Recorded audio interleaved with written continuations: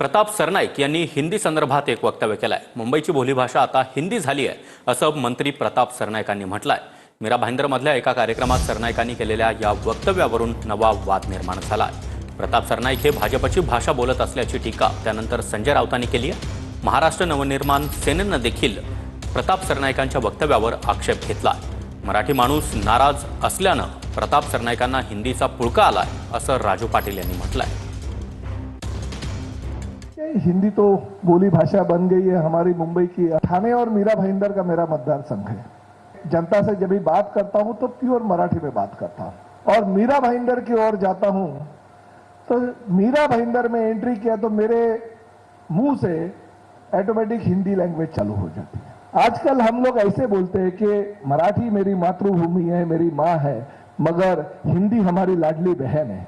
बाळासाहेब ठाकरेंनी जी शिवसेना स्थापन केली हिंदू हृदय सम्राटांनी, ही मराठी माणसाच्या उद्धारासाठी, कल्याणासाठी आणि मराठी भाषेचा सन्मान राहावा तेव्हा लाडकी बहीण, दुसरी कोणी, मावस बहीण, आते बहीण हे प्रकार नव्हते बरं का। हेच म्हणतात आम्ही बाळासाहेब ठाकरेंचे वारसदार।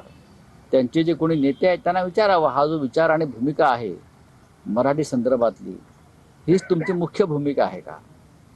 ते जे विचार मांडतात हा भारतीय जनता पक्षाचा विचार, हा अमित शहांचा विचार। आणि मी वारंवार सांगतो यांच्या पक्षाचे नेते अमित शहा आहेत। मीरा भाईंदरचा पट्टा जर पाहिला तर तिथं मॅक्झिमम हिंदी भाषा चालते। दादरमध्ये गुजराती बांधव सुद्धा मराठी बोलतात। सामाजिक जीवनामध्ये हे ॲडजस्टमेंट असते। ज्या लोकांना कळत नाही त्या टायमाला त्यांच्या भाषेमध्ये बोलावं लागतं किंवा त्यांना जे आपली थोडी बहुती कळते त्या टायमाला मराठीतही बोलावं लागतं। असं आहे की त्यांच्या बोलण्याचा अर्थ काय होता, लावला काय, याच्याबद्दल तुम्हाला बघावं लागेल। मराठी तर या महाराष्ट्रातल्या मराठी भाषेला अभिजात दर्जा आपण आपल्या महायुती सरकारने आणि NDA सरकारने माननीय मोदीजींनी दिला आहे। त्यामुळं या वक्तव्याचं मराठीच्या विरुद्ध आम्ही आहोत किंवा मराठीच्या विरुद्ध प्रताप सरनाईक आहे असं मानण्याचं काही कारण नाही आहे। त्यांचं ते मताचं राजकारण करतात, त्यांचं राजकारण त्यांना लखलं।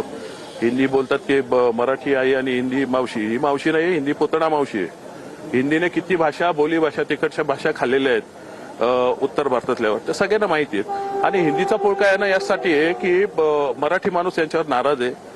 लाडक्या बहीणसारख्या योजना, फसव्या योजना आणल्या, त्याच्यानी बाकीची कामं होत नाहीयेत। मराठी माणूस कुठेतरी दूर जातो यांच्यापासून, म्हणून तो लालून चालू आहे त्याचं।